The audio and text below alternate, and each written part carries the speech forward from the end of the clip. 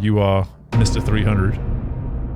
Despite the lack of evidence, despite no proof of concept, I'm still going to say yes. People are so much more capable than they think they are.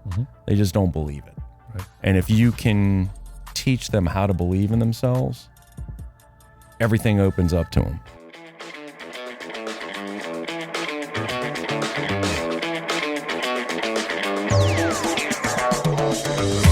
Hello there, it's me, Steve Mellor, and welcome in to GrowthReady, the podcast that allows high performers to reveal the reality behind what it means to ready yourself for growth, the personal and professional challenges along the growth journey, while also allowing the high performance executive coach in me to satisfy his curiosity toward what drives optimal performance. On this episode, we get to welcome in managing partner of Fresh Junkie Racing and my good friend, Pat Fellows, for this, the 300th episode of the podcast. If I had to start over from scratch tomorrow, it doesn't scare me. I would figure it out. Hey guys, as we get started here with the episode, I want to just take 1 minute of your time to make a request for you to subscribe and rate the show. For our show to be easily discovered by other potential listeners, we need our current listeners, that's you, to take the time to not only subscribe, but to also rate the show. Whether you're listening to us on Apple Podcasts, on Spotify, whatever platform of choice, there are typically ways to be rating the show. So go ahead and click something like that 5th star and be sure to take that additional time to leave a comment or two about why it is you enjoy listening to the GrowthReady podcast.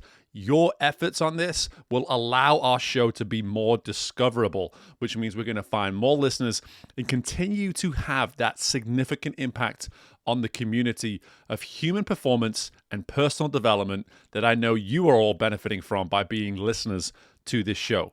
Please go ahead, take the time, subscribe, rate the show today. Hey, and while you're at it, why don't you share it with a few people as well? I appreciate you guys. Let's get to the interview.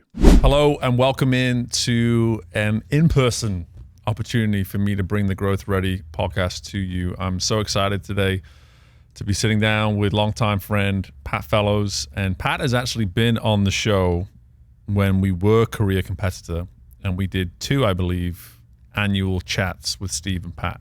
Yeah. It could have, gone off into its own spin-off with a name like that. It obviously, could have. but we never quite got the traction from the audience, sadly. But I am delighted to actually have you on and have you truly be the guest. And for me to start by asking you a question now that I've had the opportunity to ask, I believe it's about 65 times across the 300 podcast episodes that I've now recorded. So you are Mr. 300. And so we'll get into that a little bit because I am very proud and very excited about that being number 300. But before we go any further, brother, what does it mean to you to be growth ready? See, and I knew this was coming. Of course, everybody else, maybe everybody knows. And I gave some pause and thought about it. And I think that the thing for me that I kept coming back to was being open to saying yes to things. I know that like a lot of trends in the world is like, no, you got to say no, you got to carve out your space, and you got to set these boundaries, and you got to say no more than you say yes. And I understand that there's a place for that, but I think that if you don't have a yes mindset to start out, that you're really not open to doing things. Like if everything's I think you and I have spoken about this before. If it's a yes, but if it's like conditional, if everything's like that, then you really, you want it, but you want it on your terms. Right. And that's not necessarily how growth or anything really good happens. Like if you set all these parameters ahead of time on how you want things to go, you're going to be, I think you're going to be sadly disappointed because things don't go that way. Yeah. And yes is a powerful word. It is. When you commit to what the word means. The word is to confirm, right? I mean, we're doing it. Yeah. And you're alluding to the fact that we, through our evolution, have maybe started to create terms around how we say yes or why we say yes, possibly. Well, and I think that like there's nothing wrong with it. Like I said, there's nothing wrong with like learning to say no and learning to protect your time and learning to do things. You can't say yes to everything. Mm-hmm. But I think that if you go in with that sort of no, like if that's your leading thing, mm-hmm. then you're going to miss out on so many things. Right. Like I look at a lot of the things that I've had the opportunity to do, and all of it was because I just said yes and figured it out. Mm-hmm. That didn't mean over time you didn't cull things down or figure out what how to do it to the best of your abilities, mm-hmm. but you had to start out with yes. Yeah. Right? Like you think about putting on some of the races we put on. I mean, like we were told no. Mm-hmm. Right? Out the gates. And we kept saying yes. We were going to keep doing it. Yeah. Had we said no originally, like we would have never done any of the things. Yeah. Because everybody said, oh, it's too hard, or you'll never finish on the 50-yard line at LSU, or you won't do all those things. And we just said, yeah, we're gonna do this, and we're gonna figure it out. So yeah, and I want to uncover more of your story through this, which is something we didn't really do the first 2 times you came on. We talked more about just general concepts, sure, around competition, mindset, etc. And we're going to get to that as well. But you've alluded to it already. You and Fresh Junkie Racing, part of what you do, well, a big part of what you do is being able to put on these enormous events. Yep. And more than likely deal with a variety of reasons and challenges that are going to prevent you from actually delivering, and yet finding a way to do it. And I already have found an interesting caveat around this way that you've responded to what it means to be growth ready, because it's not just as much as saying say yes, say yes, say yes. It's actually finding the willingness to say yes when everything in front of you is telling you no. Yeah. So I would love to just go to where and how Fresh Junkie Racing came to being. Yep. And just walk us up to maybe more of the present day from there. Yeah, I mean, without going, too deep, the core of what we do is myself and I have 3 business partners. Mm-hmm. One of them was putting on a set of races. Myself and the other 2 business partners started out as triathlon coaches and marathon coaches, and we enjoyed coaching, and we put on a few events here and there, and we kind of did a little bit of everything. And then over time, my business partners were much more interested in putting on events. Mm-hmm. And I had the luxury and people, I was like, well, people have called me in the past to put them on, so if we want to do them, we can do them. And really, they spearheaded and took it and really helped grow it. And it's all of us. Mm-hmm. And then over time, we kind of came together as a group. But yeah, it was very much, this kind of mentality is like, we're going to try to create things that don't necessarily exist. Mm-hmm. And some of the most, we're all over the Southeast. So we're in Mississippi, we're in Alabama, we're in Louisiana, where it's not the prototypical healthy runner meccas. Mm-hmm. There's a lot of great communities within that, but we're not in Boulder, right? Like, and so we were trying to say, hey, we want to create these events and bring people from all over the nation and the world to see what we can produce. Mm-hmm.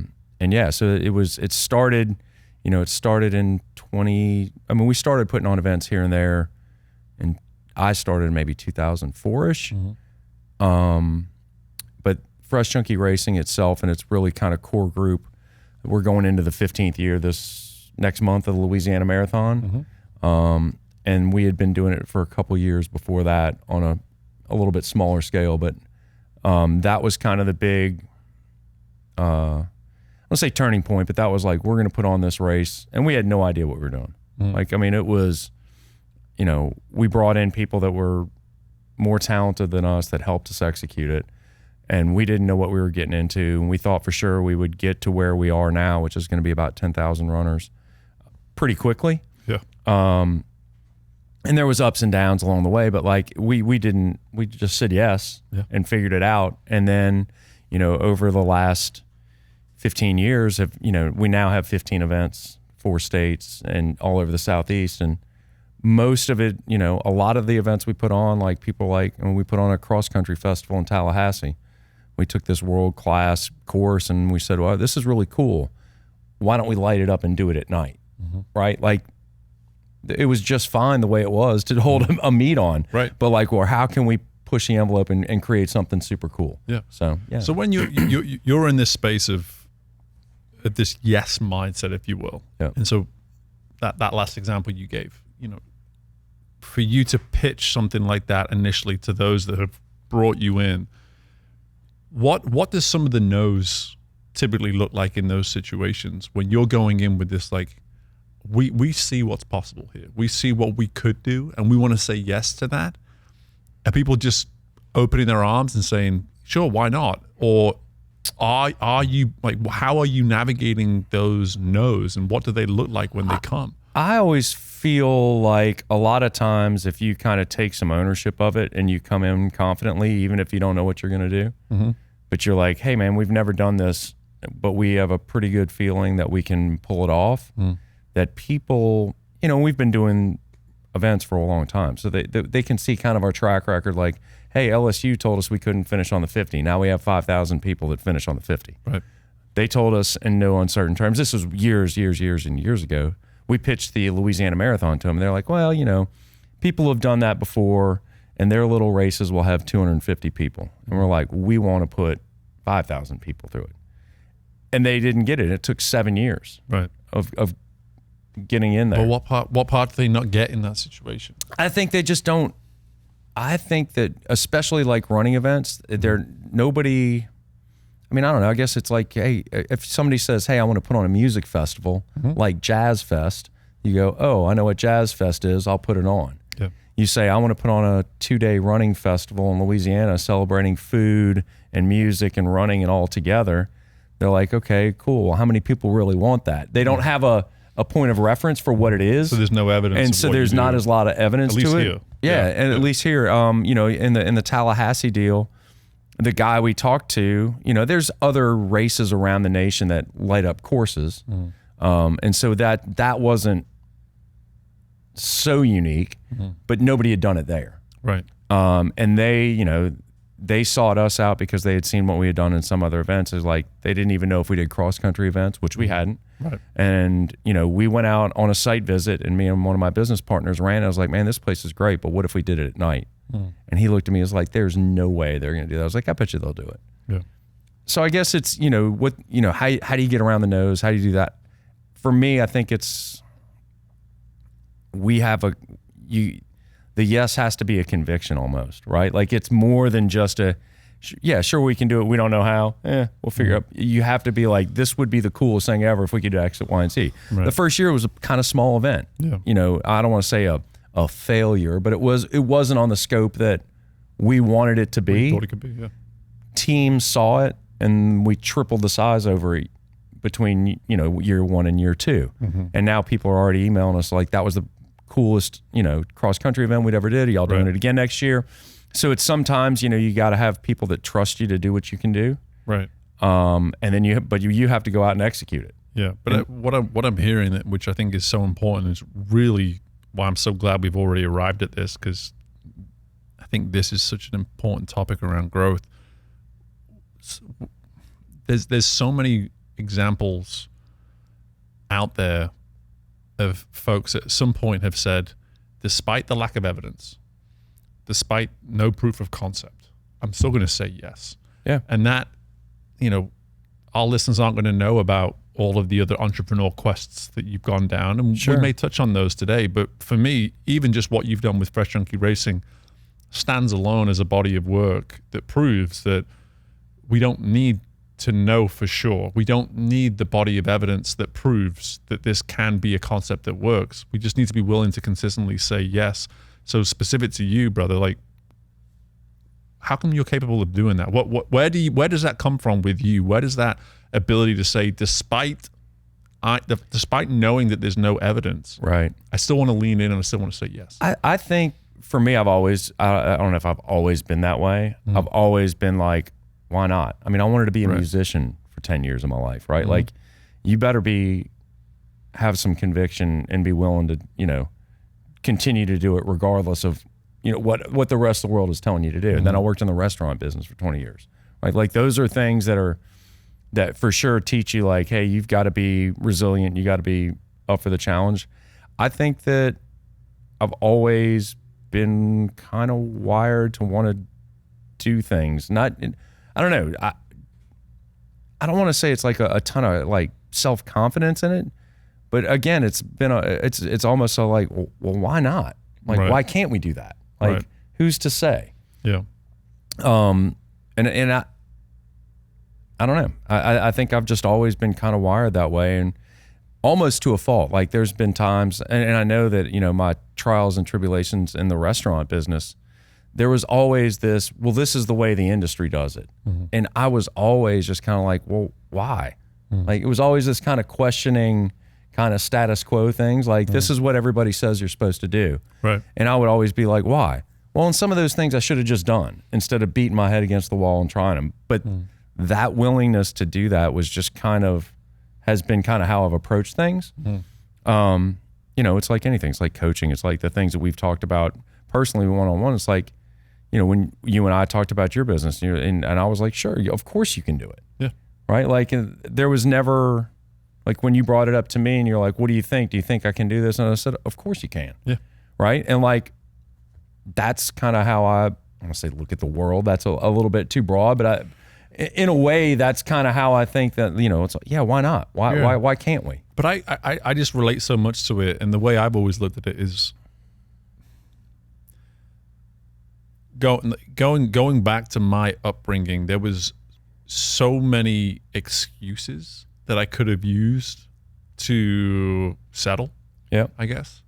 And it was that willingness to keep, every time I met each of those moments as I went through my childhood, as I got to teenage years, all these kind of things, and working class background, so many reasons and excuses that I didn't need to come out of where I came from. Sure. And to settle in a variety of ways. For some reason, I just never wanted to settle. I always felt as though there was something more. And until I could actually figure out what that more was, I was just going to keep going in search of it, if you will. And I hear a lot of that just from your story, is that there's a guy who's, whether it was when you were in the music business, when you were in the restaurant business, the work that you're doing today with Fresh Junkie, I hear a guy that somehow is able to say, well, I actually see the potential for this. I actually see what's capable here. And whether it be for you personally or whether it be for the business as a whole, I just hear a guy that's like, I've come this far. Why wouldn't I kind of keep going? And I've jokingly said, if I had to start all the way over, I'll be 55 this year. And if I had to start over from scratch tomorrow, it doesn't scare me. Right. I would figure it out. I've been lucky enough, especially with the racing business, to surround myself, and not me just surrounding myself, but just, the group of us that did this, we're all kind of wired that way, but with different skill sets. Right. And that's been, I think, the difference between, the restaurant doing what it could have done or what have you, is I didn't have as much of that. And sometimes you need support, and you need people that like fill in the gaps of where, my naivete, where I'll just say, of course we can do it. Yeah. And, the day before the first Louisiana Marathon, I'm out measuring the course. Like, and people are like, what? And I'm just like, I thought, I figured I'd have time. Like, it's the day before. And like, people are like, that's insanity. Yeah. Of course, that was not the right way to do it. No. And so over time, we've become a much more accomplished ops-based company than I was able to bring to that. But the first year, it still went off. We still had, I don't remember, 2,800, 3,000 people come out. And it was, it was a resounding success. Yeah.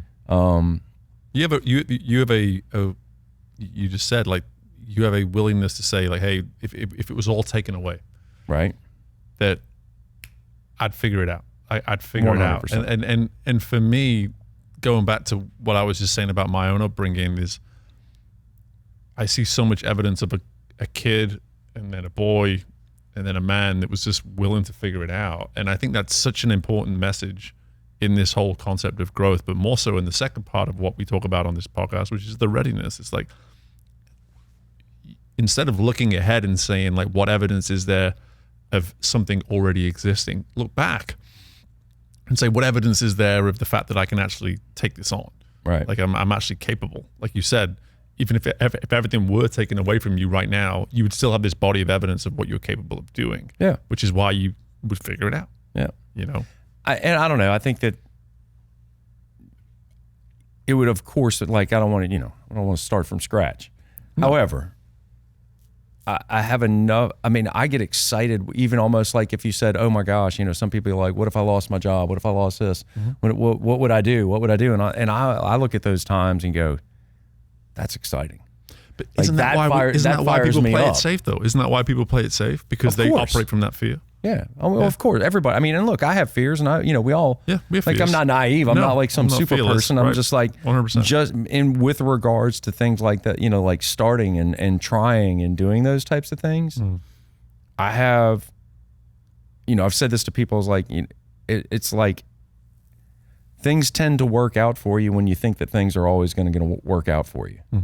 Like it's not just manifesting things. Like I'm not getting all hoopy doopy on that. But if you believe that things are going to work out for you and that you're going to figure it out, it's weird how much you just figure out. And right. And so like thinking about those things, and some people look as like, oh man, if I lost my job, what would I do? Or if I didn't have this, what would I do? And I'm like, okay. Not to say it wouldn't be some lean times or things would be super easy to do it, but I have 100% confidence that I could get back to where I am. Right. And, and just figure out I might be doing something completely different. Who knows? Yeah. And use the word belief there. You'd have the belief. And you've also acknowledged a couple of times already our private conversations that we have a lot. And full disclosure, that's kind of what our plan was today, was just to say, screw it. For once, we're just going to put some mics on and really just lean into some of the topics that you and I frequently discuss, one of which is belief. We talk about it through the lens of athletes all the time. I think for me personally, belief is fragile. It requires work. But that's my own perspective. And I'd love to just learn from you now. Like when you think of Pat's belief, like firstly, what is your belief anchored in? Is it in a sense of self? Is it in a sense of value? Is it in a sense of like production and the outcome? Like, I don't know. I don't want to say I don't think about it. I think that, there is something to be said about some confidence and having done a lot of different things, some better than others. And again, it always, like I'm in a better place now than I was 10 years ago. And I was in a better place than the 10 years prior. Like it always seems to get better. And sometimes I don't really have the plan for how that's going to happen. But I believe that it is. Yeah. I think that, just from, excuse me, the thought of belief and the power in it, we talk about coaching, and it was like, you're really, I think I was reading some book, and it was a quote by the bass player from Sonic Youth, Kim Gordon. There's in something of the idea that I'm up here playing music and it's teaching people to believe in themselves or something, believing something that they can't do. Sure. And I'm giving them a little piece of that. And I think I kind of twisted that when you and I were talking about coaching and belief. And I was like, really, people are so much more capable than they think they are. They just don't believe it. Right. And if you can teach them how to believe in themselves, everything opens up to them.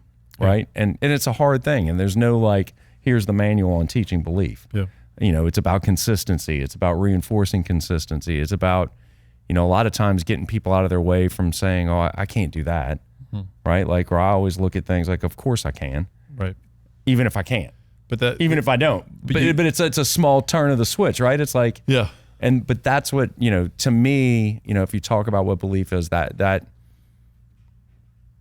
it always, if you think it's going to work out, it usually does. Again, it may not be, it's not like some smooth road, but eventually it does. I don't know. When you talk about directing the belief towards capability, what I like about that is this idea that we're directing the belief towards what's already inside of us. 100%. And I think that's the bridge that so often doesn't get crossed. It's just like, if we're unable to see what we're capable of, if no one can help us with that, then we really have no foundation to build the belief out of.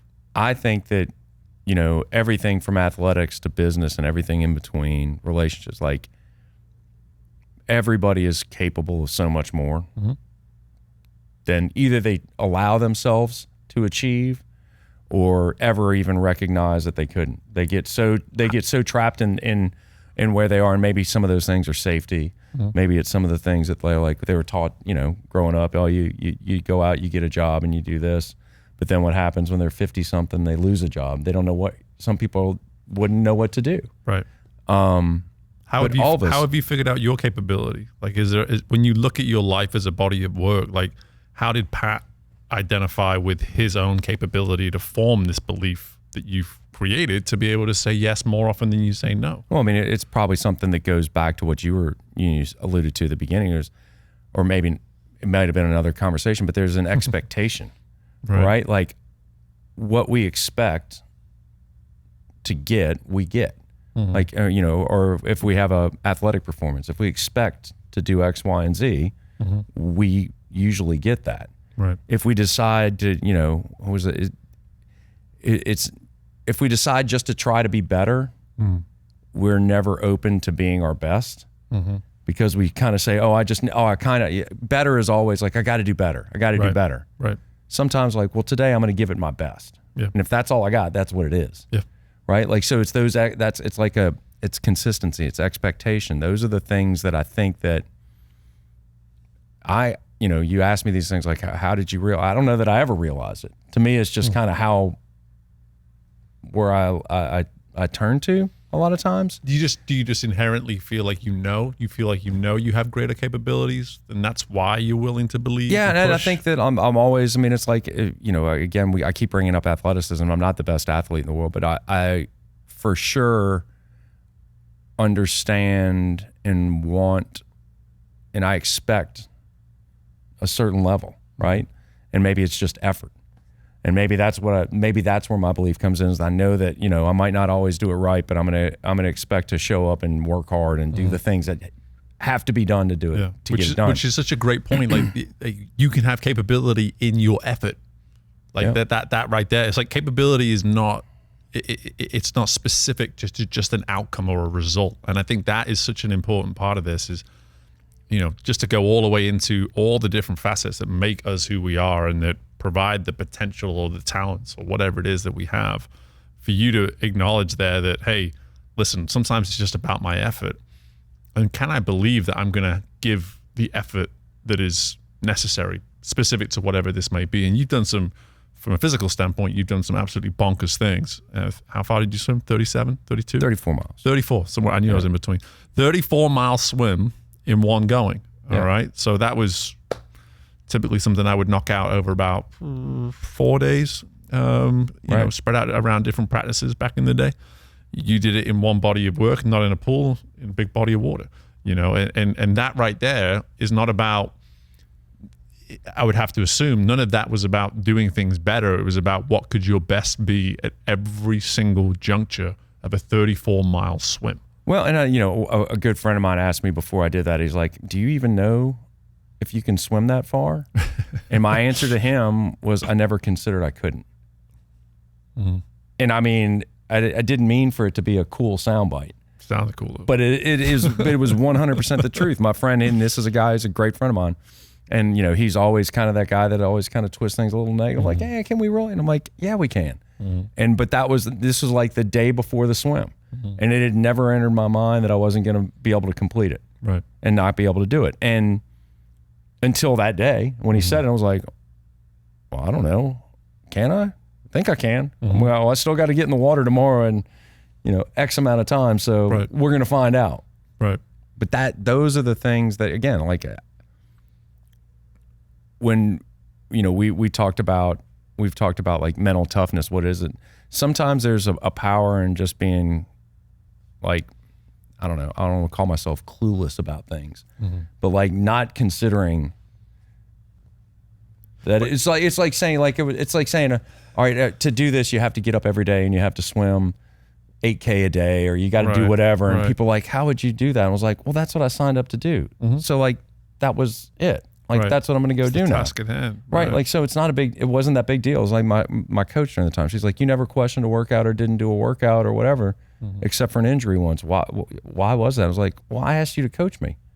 Like, why would I not respect what you asked me to do and just do it? Right. Like, this is something I wanted to do. It was nothing that anybody came and said, you have to do this. Right. But there is I will say that I'm I want to say I guess I said naivete a minute ago. I guess that's the best way to, like, sometimes just don't consider things. But I think it's a willingness not to, like you said, that awesome soundbite. It's like, it's that willingness to not allow yourself to consider the not alternatives. being able to do it. Right. Like, and like that, is that the discipline? Is the discipline simply, if I just don't allow my mind to go towards the likelihood of me not completing or not performing, Right.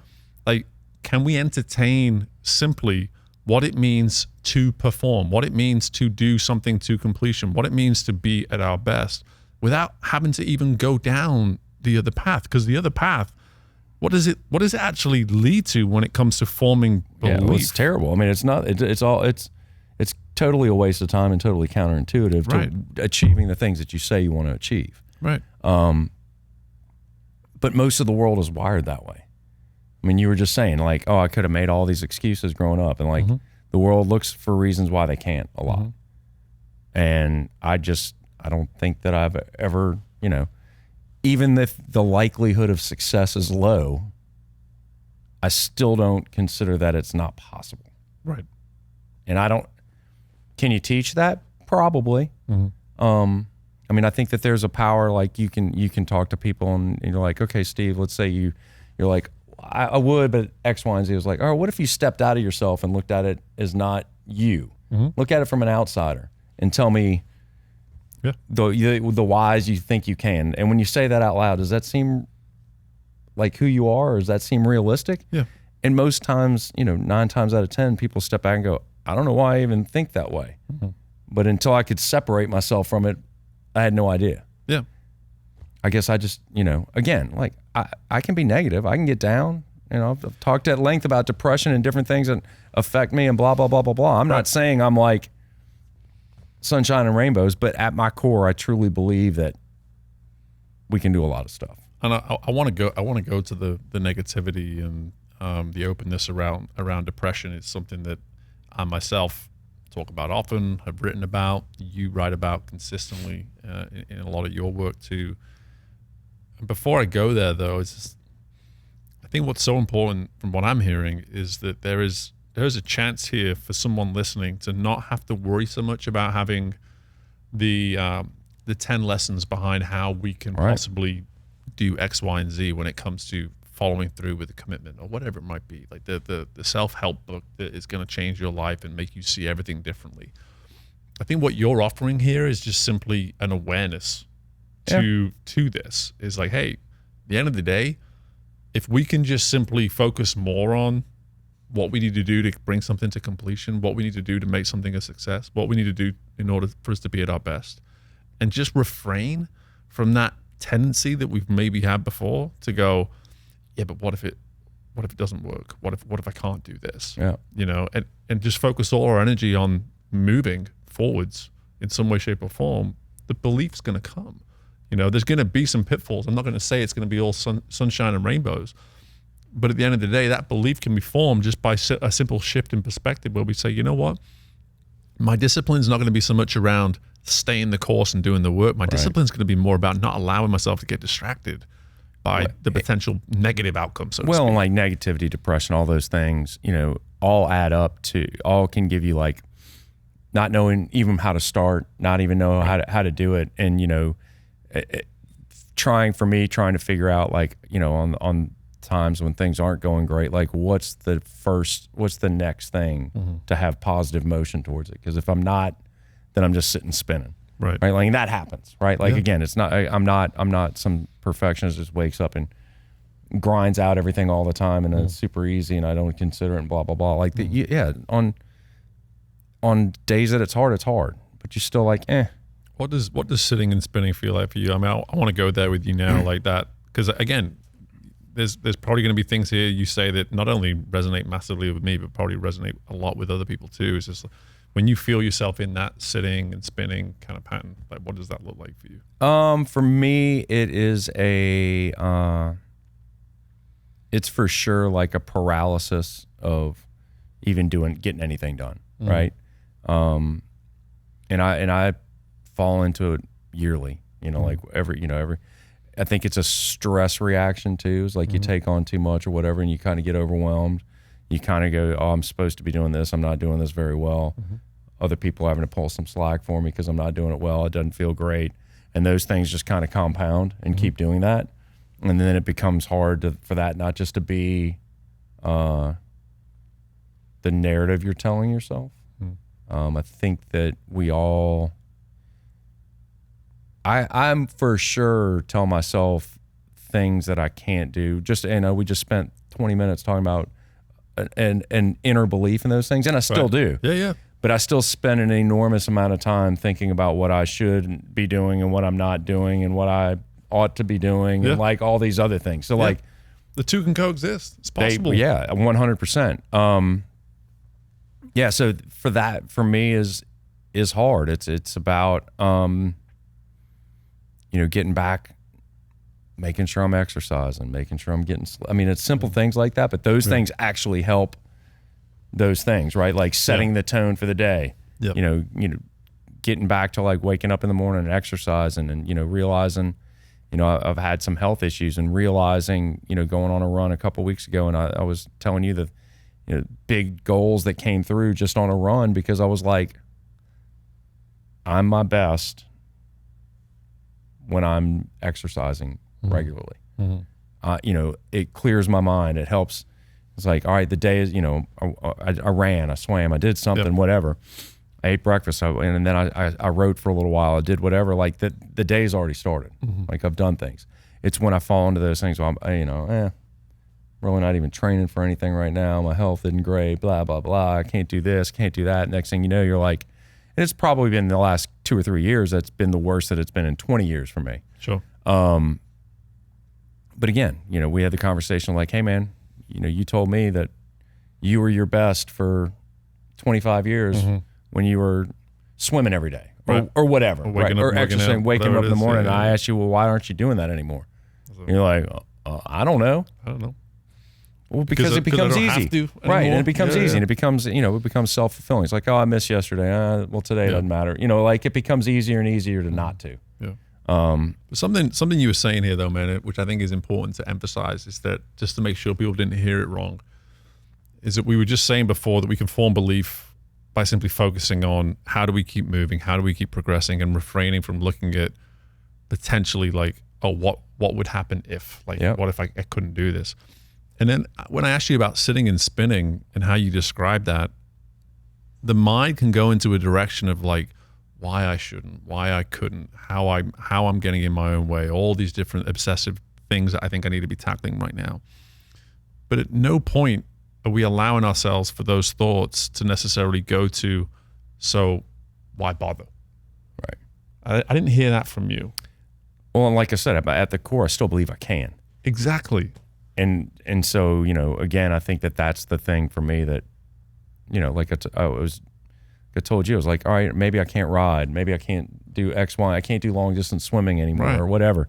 So maybe like I've got no interest in running 50 or 100 miles, but maybe that becomes the thing because it's going to get me up and I'm going to go do stuff like that. But what can I do? Right. And so, yeah, again, you said like those things can coexist, and they 100% do. It still doesn't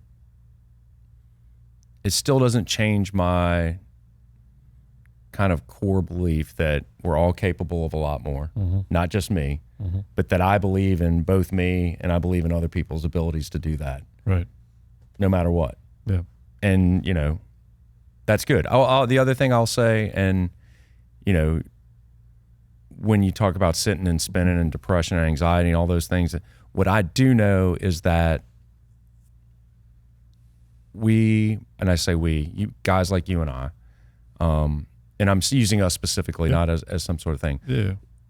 I do have a bit of a team that I work with day in and day out. But when I'm in those kind of things, I shut the door and I block everything out and I turn inward. Yeah. Right now, you've got your own business. Yeah, you have your family and this and that, but it's all kind of on you. Yeah. And that sort of isolation, when you get into those, your tendency is when you're spinning and things aren't going great to isolate more, right? Which only just kicks it in even more. Yeah. I've told my friends that that we put on the business with is like we used to we had a standing Tuesday, Thursday, Saturday ride. We swam, we ran on Mondays, Wednesdays, Fridays, and Sundays. We swam somewhere in there as well. And we were always doing that, Right. For a decade. And we quit doing that. And so then, Why even do, though why do we do that? Like, that is such a relatable thing. I think that life happens. Right. Right? Life happens to different people. Like, I know my friend group, there's not, there's a life cycle to physical abuse. Sure. I mean, abusing yourself. That's how we work out. Yes, right, we but abuse like, ourselves. Yeah, I mean, there's a life cycle to that for some people that just get to the point like, I'm not getting up at 4:30 on Tuesdays to ride at 5:05 anymore. I'm just not doing that. Right. My life's in a different spot. And over time, that our group kind of ebbed and flowed, and some people still do stuff. Some people do it on their own time. Some of them don't do it anymore and just kind of got burned on it. Like, I get it. I understand that for me, that the benefits of it are beyond I miss the community piece that we had with the group that we have. Yeah. But I trained for 4 more Ironmans by myself when I was doing, because I was like, well, I'm still doing it. I'm still going to do it. And that's the thing that I know that I've learned about myself is like, hey man, the reason I got into putting on events was because I liked, and coaching was like, I wanted to figure out a way to get paid to do triathlon. Right. Right. Like, so I worked in the running shoe business. I had a healthy restaurant. We had events, blah, blah, blah, blah, blah. But all of it was like under, I realized towards the end of the 90s that like being in a band and partying all the time was probably not what I needed to do. It doesn't necessarily lead to the most productive life. And so I got heavily into training and was like, this is better. This is better than what I was doing. And so, I spent 20 years like, this is super important. So it still is, but it, just got to figure out what's next. Yeah, and we're gonna have to touch on health and physical components of what we personally feel we represent and what we believe in before we wrap up as well. But I want to make sure that something that is coming across to everyone listening is that the work that goes into the readiness of each individual chapter, if you will, of life, like that.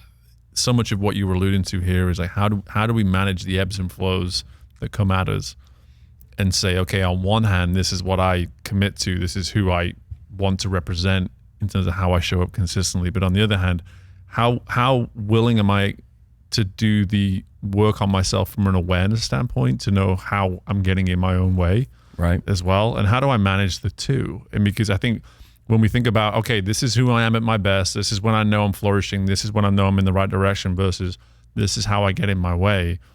For me, that's the recipe right there for when we can say, okay, then if we know this, if we have an awareness to this, then really when it comes to growth, we can be ready for whatever comes our way. We just have to be able to develop the muscles, I suppose, to be able to say at any given moment, am I willing to give myself the grace that on this given day, I may in fact be this version of me that's not really my best and doesn't allow me to do my best work. And I'm curious with you, like how you've been hard on yourself over the years. I've been hard on myself over the years. Sure. I still am to an extent. What does your muscle of grace look like in your body? How do you give yourself permission, let's say, to sit and spin the way you do at times? If you do. I don't. You don't. No. Right. And I should. Yeah. I mean, it's... So why don't you?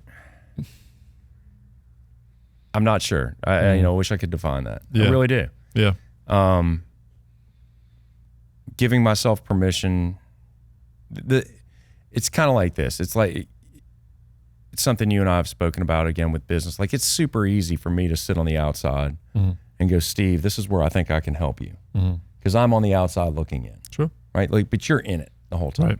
And it's sometimes very difficult when you're in it the whole time. So it's kind of like, it's the epitome of do as I say, not as I do from a coaching standpoint. Right. Right? Like, yeah, I'm going to tell you not to do X, Y, and Z, but then I'm going to do it. Right. I'm aware of it. I mean, I live that life. Yeah, I know you do. And I don't have an answer for you. Like I said, I mean, I 100% know that I don't give myself permission to enjoy the things that I've accomplished or any of those things. I don't. And that's the part. I don't know, you know. I think you and I are both cheerleaders for this narrative to be out more, because you are very highly thought of within your community in terms of being a man that represents health, that represents wellness, that is, you sign every single email with hugs and high fives. Yep. Like you are positive Pat in a lot of ways. Yeah.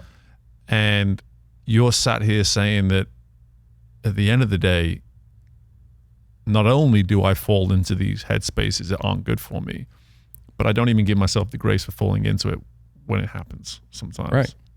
And I'm saying the same thing. Sure. And I sit across from people as recently as the last 24 hours, and I work with them on getting out of this very headspace that I myself falls into. Sure.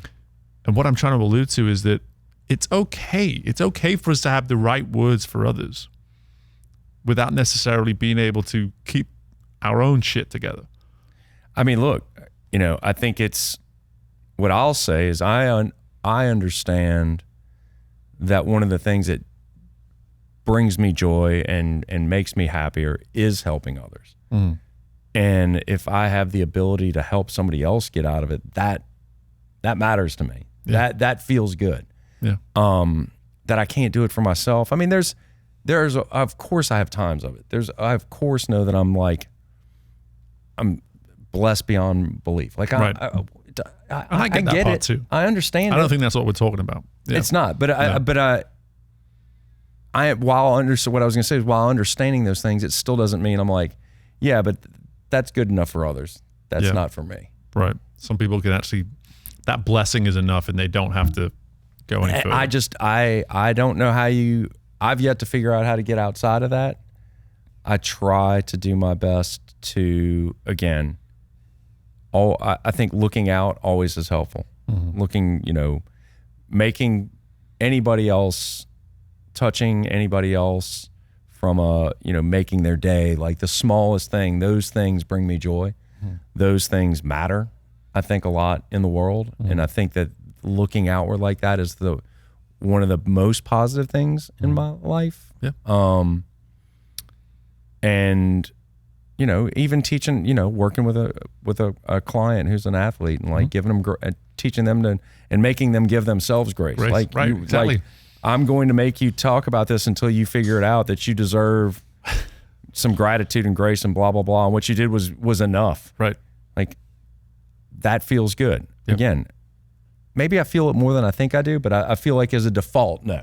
Right? Like as a default, there's a level of... It's never your first response. Let's put it that way. Not to myself, no. Right. No. If it does come, it comes with some work and some time and all that kind of thing. Well, and like we talked a little bit about expectation, and maybe expectation it can be a super positive thing if all your expectations are negative. But when you kind of judge your life on, wow, you guys just pulled off a race and y'all had, you know, you were up 30% and everything went pretty great and you did this and you achieved this and well, yeah, that's what we said we were going to do. Right. That was the expectation. Right. Like, just because that's a great thing doesn't mean I give myself any credit for doing it. Right. Credit's a whole nother part of this too. I mean, yeah, but it's the same thing, right? Like credit, grace, expectation, they're all interrelated.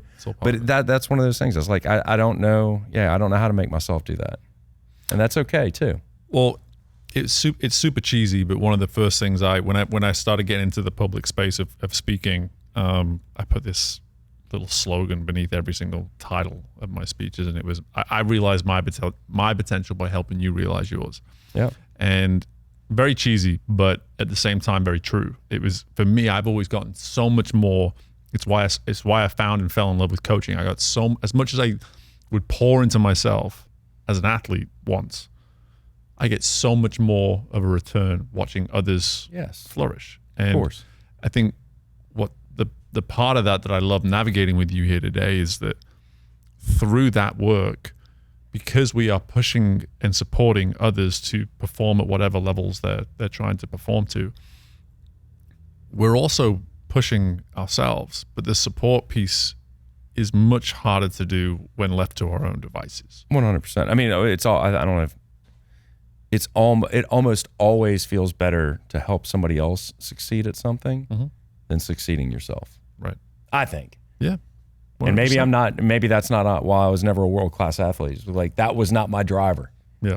Right. Like, some people like success over everything, and some of those people are hard to be around. Yeah. Well, I want to use this last little bit to touch on the importance of health, because for me, like there's certainly been a mental health piece to this conversation, but at the same time, there's, from a physical health standpoint, we both live in a state that battles it out with a couple of other states every year for number 49 and number 50 on the health chart. And so where does your motivation for health come from? Because I would have to assume it doesn't come from external. So if it is internal, or is it external? I don't know. I mean, I think that certainly maybe the beginning of the 2000s, I felt like we could make change in kids and families' lives and make the city a healthier place. I think that I sometimes got a little too audacious with how big of an impact we could make. Some would argue that we've made that impact. Maybe, I don't know.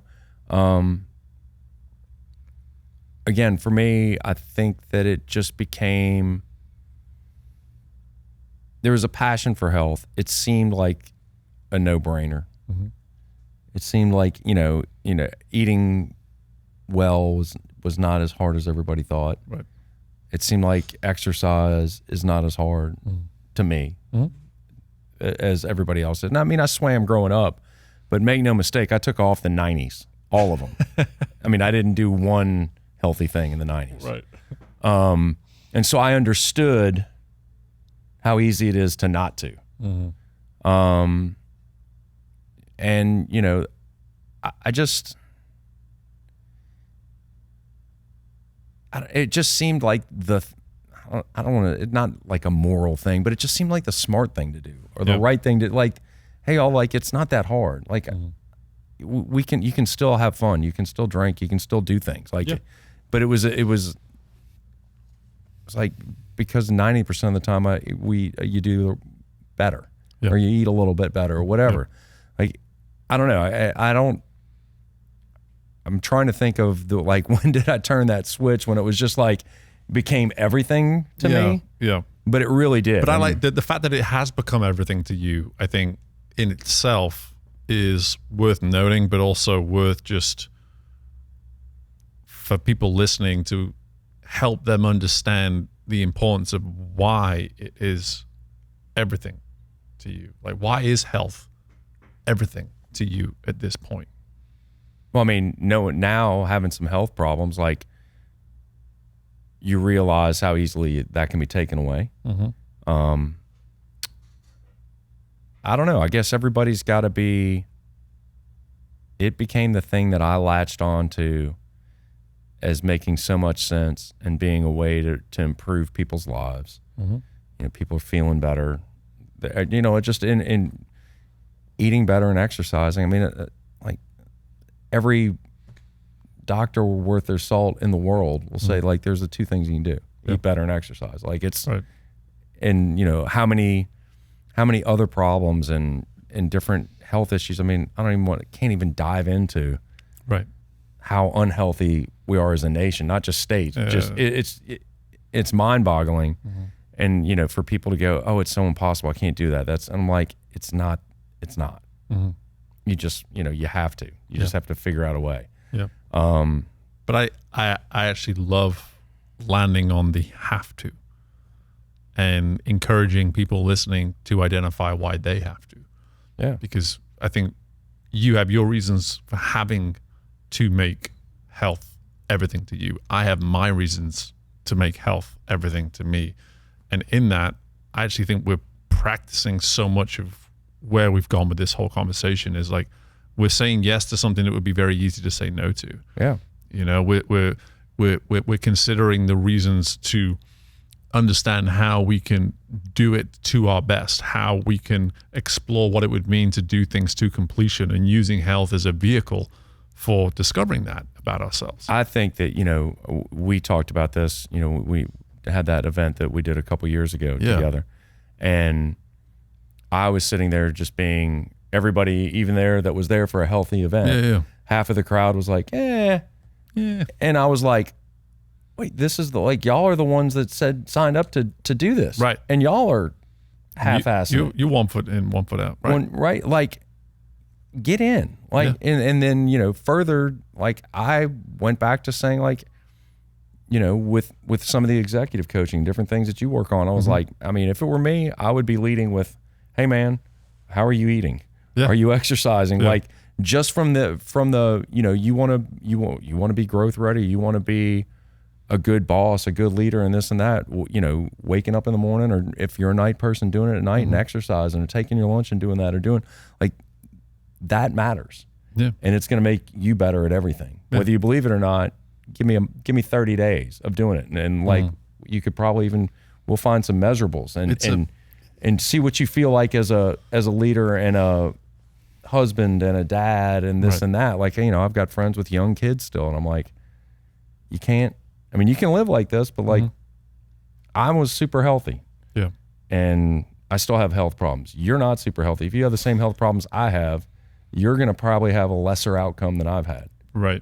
And I'm so thankful for you to even bring that in here, and to acknowledge that through being healthy, when we do have the issues with health, that our ability to bounce back, our ability to navigate such things suddenly dramatically increases. You know, and I think some people would use what's happened to you in the last year or two, like, well, then why would I bother? Right? Why would I bother? If this is going to happen to me anyway, why would I bother? Right. It's like, well, because of the way you've been able to navigate this and achieve what you've achieved through these adversities, that's why you bother. That's why you do it. You know, you don't think about, again, what might happen if it doesn't. Well, and you might, but you at least know, like, you know, I know that I'm going to say audacious things to somebody like you, so that, number one, you'll be like, you had said that. Are you still going to do that? Right. Like, I gotta, yes. And that, like, I know that, like, I'm probably the least healthy I've been in the last 20 years right now. And I understand over the next month or so, maybe 2 months, that I'm going to get back to where I was. And I expect it. Yeah. And it's just how it's going to have to be. Yeah. And, like, I don't know. I'm not being super cliche in the whole conversation, but I believe I'm going to. And so that's how you have to approach it. Well, I believe you're going to as well, brother. And I know you're going to navigate things that are coming your way. I'm thankful for this opportunity to be able to sit down with you as I sort of look at this conversation as a whole, to think of what it means to you to be growth ready, and for you to say it's about saying yes. What I've heard all the way through this conversation is a guy that is, yes, of course, you're looking at things and saying, what's the way I'm going to say yes to this?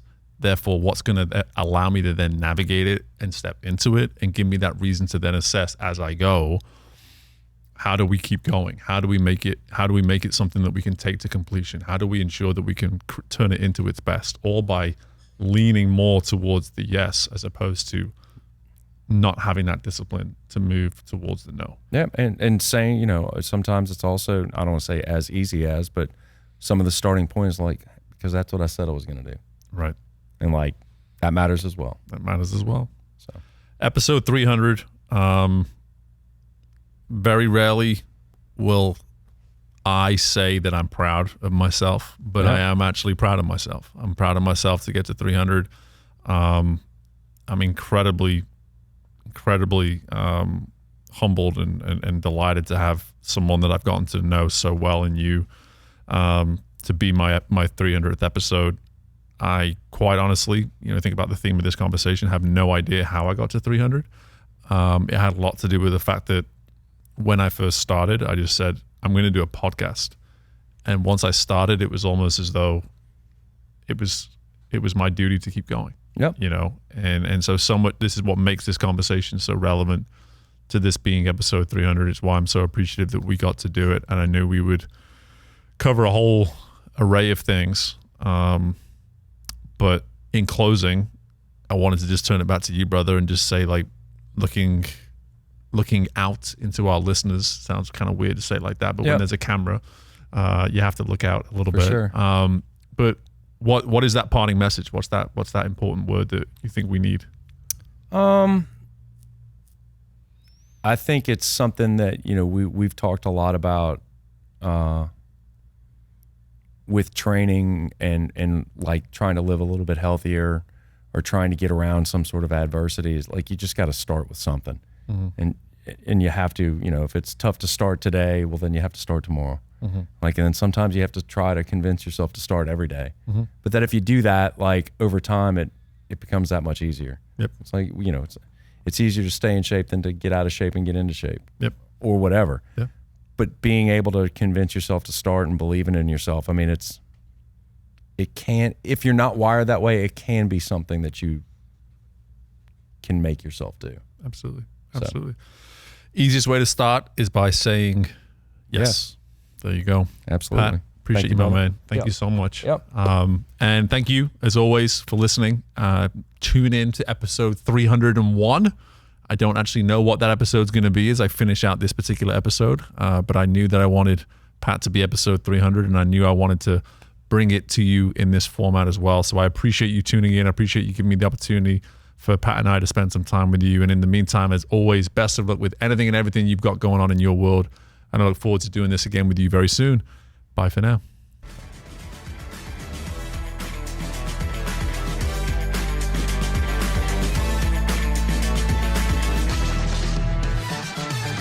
Thank you for tuning in to Growth Ready.